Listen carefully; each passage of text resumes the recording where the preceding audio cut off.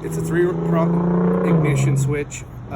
So I'm going to show you a simple, easy way to fix it, so that way if you're in a pinch and you can't get one or you don't have the money right at the moment, you can fix it. So we're going to take it apart. I'll show you exactly. You unscrew the middle bolt. It's real simple. I've already done this to mine. So what happened was I was riding my bike and it just shut off, quit running.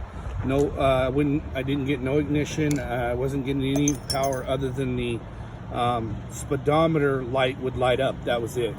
So I'm going to take this off. I'm going to show you a simple, I've already fixed it, but I'm going to show you easy way. So as you can see right here, there is a 3-prong setup. Now I'm switching this so that you can see this, but this side is your ignition side, the center is your power, and this one here is your auxiliary, basically your lights, your stereo, if you have a stereo, running lights, all that. So I discovered that so when I talked to a couple mechanics in town, they told me just to move the ignition wires, swap them. Well, I discovered you can't do that. You have to run them both together into one side in order to get the bike to start and run properly. If you just run the ignition, which is the red with the black wire, to this side, it will start and run, but it will die on you after about 5-10 minutes going down the road. You have to have both wires. The ignition wire is the red with the black stripe, or the starter wire. The running light wire is your red with the tan stripe. The solid red is your power. That always goes in the center. You have to run these two. This is just a quick, simple way. If you want to keep it running, it'll work. So that way, if you can't get a switch right away, but you can still ride it, everything will work correctly. This would be the way to do it.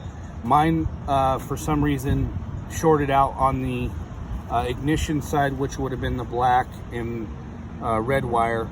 So what I did is I just connected them two together and ran them into the accessory side, excuse me, so that it'll work. This is just a simple fix. You don't have to change it after you do this unless the switch completely fails, but it is a simple way to fix your ignition if you're in a pinch and can't afford it. So just remember that when you pull this off, you're going to see that one wire will be here, which is your ignition wire, power wire, and then accessory wire. Whichever one fails, which is probably going to be your ignition side, what you'll do is you will take that wire off, wire them together with a connector, and run it into one side, and your bike will start and run and drive down the road perfectly fine. It will not hurt the bike. But if you run just the one wire with the red with the black stripe, the bike will run, but it will go into theft mode, which then will cause the bike to die about every 10 minutes riding down the road. So just remember that. It's just a simple, easy fix. And you can leave it like this. It's not going to hurt it. But if you want it to be the original way, just order your switch, and this will just get you down the road until your switch comes in. Hey guys, it's John again. I am back. It's my 02 Harley Davidson Softail, the ignition switch. So in my earlier video, I showed if you're in a pinch, how to fix your ignition switch if one side burns out. This is how it should look after you're done. Make sure you use the plastic covers.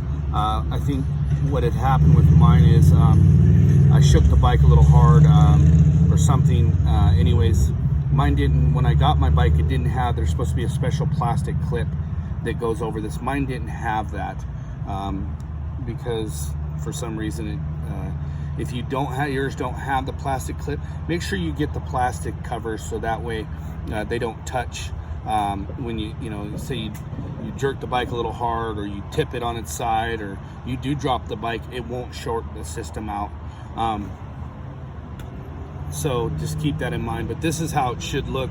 So power is going to be your middle, and your ignition and your lights in your other wire will go into one, which will then go into another wire, which is red, and I have it going to the accessory side. That will work. You don't have to switch it out. If you don't want to buy another switch, you just want to use this one for now. Or if you're waiting to get a new one in, this is a quick, simple way to bypass it so you can keep riding your bike. That's it.